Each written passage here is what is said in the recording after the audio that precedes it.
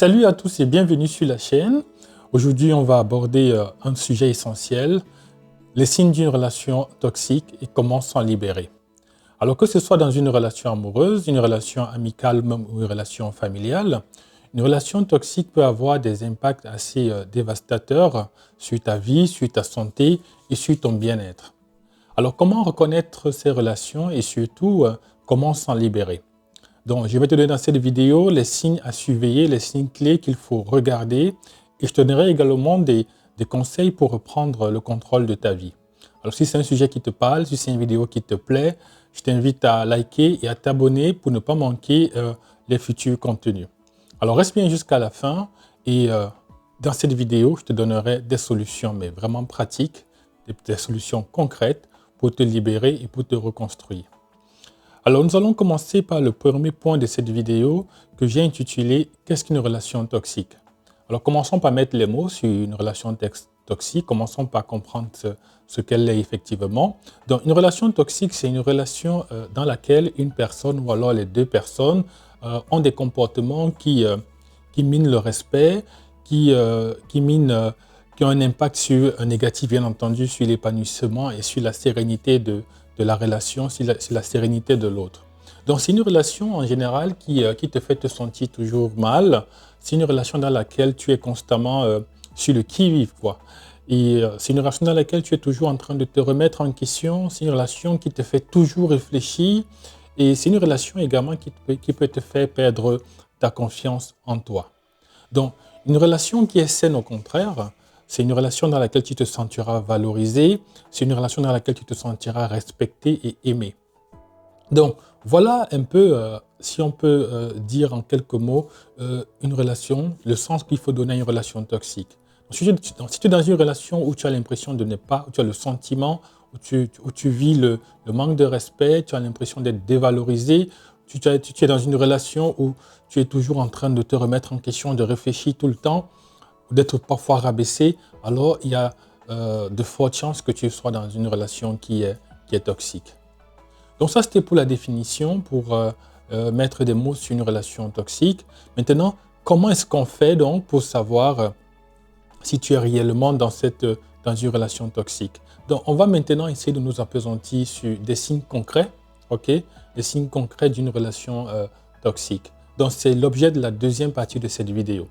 Donc, la deuxième partie de cette vidéo, je l'ai donc intitulée « Les signes d'une relation toxique ». Dans cette partie, je vais te proposer 5 signes qui te prouvent, 5 signes clairs qui montrent que tu es réellement dans une relation qui est toxique. Alors, le premier signe, c'est le contrôle excessif. Donc, l'un des premiers signes d'une relation toxique, c'est le contrôle excessif. Et si par exemple tu te rends compte que ton partenaire ou ton ami veut constamment contrôler avec qui tu es, il veut savoir avec qui tu passes du temps, il veut contrôler tes choix de vie, il va avoir un regard sur tout ce que tu fais, alors c'est un signe de toxicité à ne pas négliger. Donc, parce que tu sais, une relation saine, elle repose sur la confiance, elle repose également sur la liberté. Mais si tu as l'impression, bien si tu te sens en ce moment étouffé, ou bien si tu réalises que tu te sens étouffé, tu as l'impression que tu as affaire à quelqu'un qui cherche à tout contrôler dans ta vie, alors c'est un indicateur fort que si tu es dans une relation qui est toxique. Donc, peut-être à ce niveau, tu te reconnais déjà, ou alors tu vas te dire, ah mais oui, peut-être j'ai déjà vécu ça. Effectivement, parfois on ne réalise pas sur le coup que le contrôle excessif, c'est un signe de toxicité. Mais aujourd'hui, tu es au courant de cela et j'espère que tu en as pris note. Passons maintenant au deuxième signe qui montre que tu pourrais être dans une relation toxique ou alors que tu es dans une relation toxique. Le deuxième signe, c'est la manipulation émotionnelle. Alors, la manipulation émotionnelle, c'est comment est-ce qu'elle se traduit? Déjà, c'est un signe qui est flagrant et elle se manifeste par des jeux de pouvoir subtils, d'accord? Elle se manifeste comme, tu vois, la personne en face de toi te fait te sentir toujours coupable de tes émotions alors de tes actes, ok? Donc, les manipulateurs émotionnels, qu'est-ce qu'ils font? Ce qu'ils font souvent, c'est qu'ils alternent entre des sentiments, entre affection et rejet. Un coup, ils ont de l'affection pour toi, un coup, ils te rejettent. Un coup, voilà, ils veulent te voir avec eux. Un coup, ils veulent plus te voir avec eux. En fait, tout ça te laisse dans l'incertitude. Tu sais plus, effectivement, à la fin, tu sais plus où tu es. Tu ne sais plus sur quel... en fait, tu sais plus comment te positionner. Et là, c'est un signe clair de la manipulation émotionnelle. Donc, si tu vis cela, on appelle ça la manipulation émotionnelle.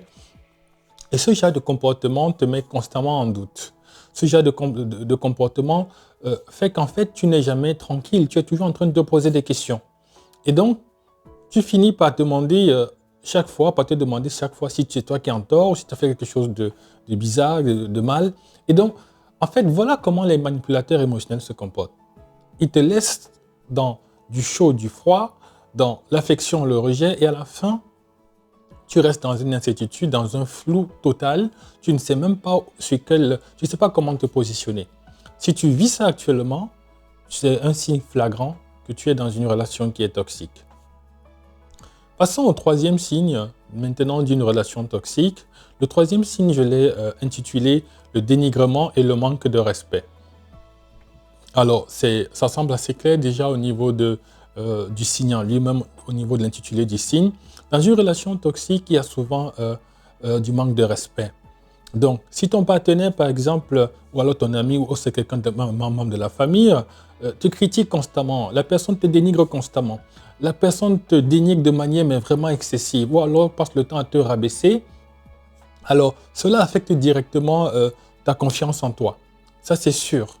Alors, si tu reçois tout le temps des remarques dévalorisantes, même si elles sont faites sous la forme de plaisanteries, alors ce sont des choses qui peuvent être extrêmement, mais profondément destructives. Donc, si tu as le sentiment de toujours vivre le manque de respect, d'être toujours dénigré par un ami, un partenaire ou alors membre de la famille, mais c'est clairement un signe que tu es dans une relation qui est toxique. Il faut voir également comment tout cela joue sur la confiance en toi. Okay? Si tu as l'impression que ta confiance en toi prend un coup après, avec de telles attitudes, voilà des preuves claires que tu es dans une relation dans laquelle tu n'es pas à l'aise, une relation qui est toxique, pour dire les choses. Le quatrième signe maintenant d'une relation toxique, c'est l'isolement social. Donc, comment ça se passe pour l'isolement? En fait, la personne toxique va chercher à te retirer. Voilà, la personne toxique dans ta vie va chercher à t'éloigner, va chercher à te retirer de ton cercle social, de tes amis, de ta famille, ou alors des autres relations importantes que tu as. Donc ça, c'est un signe clair de contrôle. Ok? Donc si tu remarques que quelqu'un dans ta vie essaie de t'éloigner de tes proches, de t'éloigner de ton environnement social, ça, c'est clairement un signe de contrôle. Donc ces personnes, qu'est-ce qu'elles font? Alors la personne toxique, elle va te couper peu à peu des autres pour davantage mieux t'isoler. Et l'idée de mieux t'isoler, c'est à la fin d'avoir une emprise sur toi. Donc cela peut être déguisé et ça peut tellement être bien fait, ça peut être subtil, très fin, au point où tu ne te rends même pas compte de comment ça se passe. D'accord?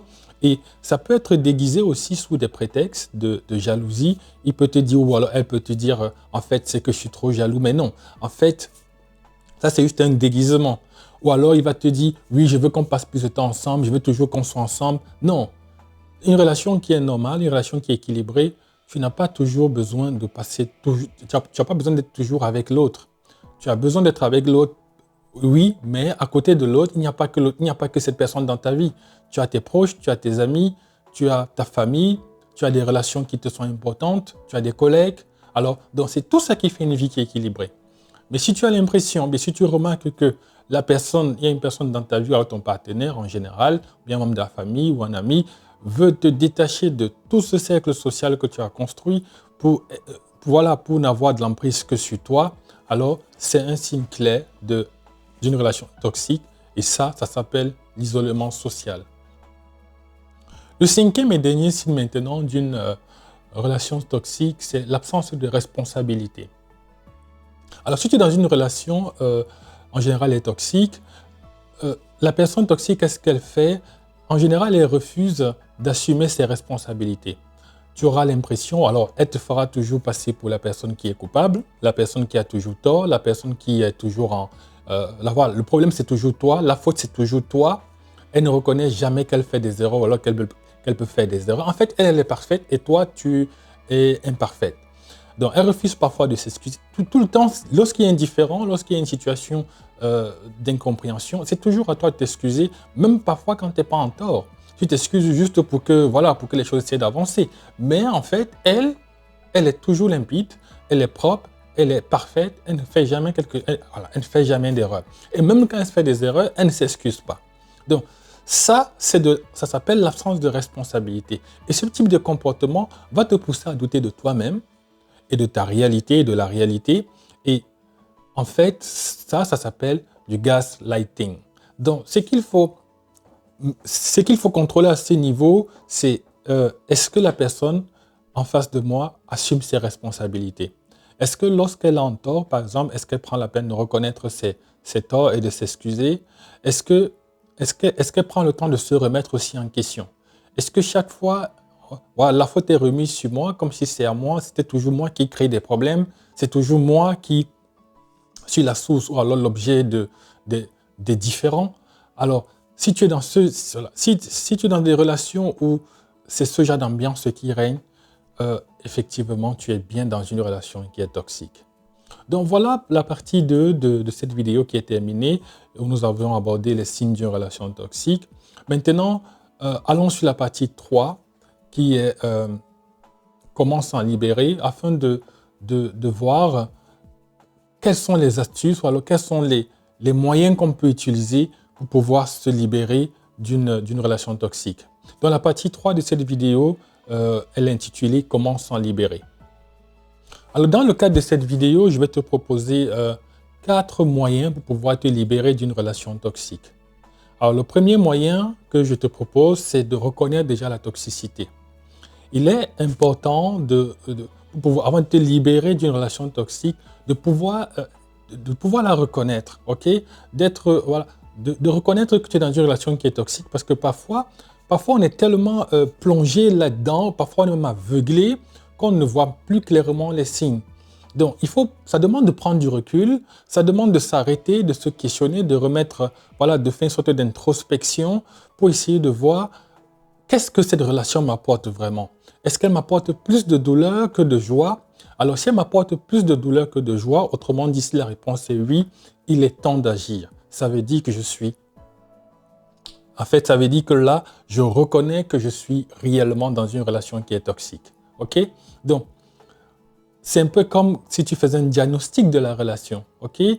Tu poses un diagnostic de la relation, tu évalues la relation et à la fin, tu te poses la question, la balance pèse plus de quel côté? Est-ce que dans cette relation, c'est de la douleur qui pèse plus ou alors c'est la joie qui pèse plus?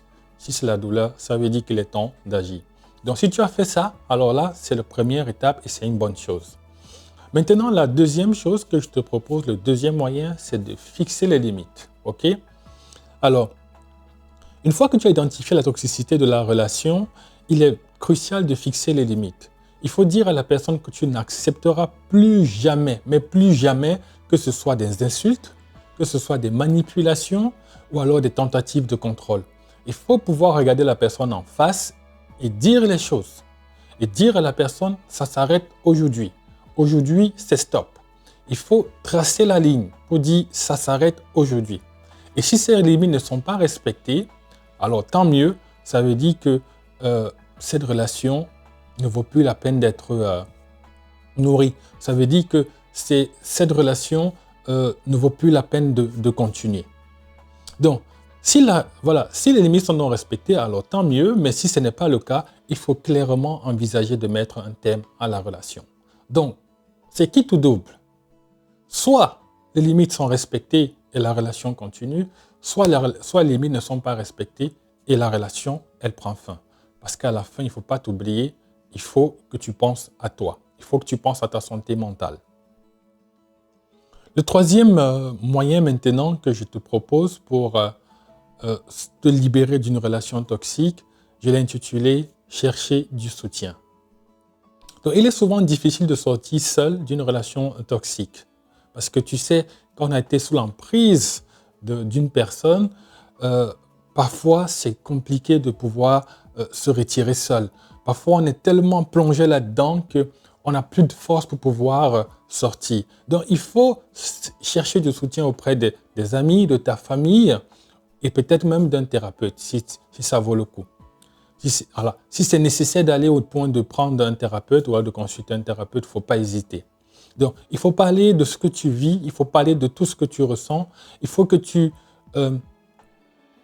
dises ce que tu vis, ce que tu ressens, et en faisant cela, ça t'aidera à prendre du recul, n'est-ce pas, et à voir les choses sous un autre angle.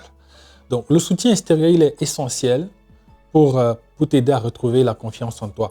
Parce que comme on l'a dit plus haut, la relation toxique a des répercussions, mais vraiment négatives, mais vraiment destructives sur nous. Et l'un des points qui est affecté, c'est notre confiance. Okay? C'est la confiance en soi. Et donc, le fait d'avoir du soutien, que ça puisse venir, que ce soutien vienne de la famille, des amis ou alors d'un thérapeute, ça te permet justement de regagner progressivement cette confiance en toi. Et c'est très important, c'est un point qui est essentiel pour ta vie. La quatrième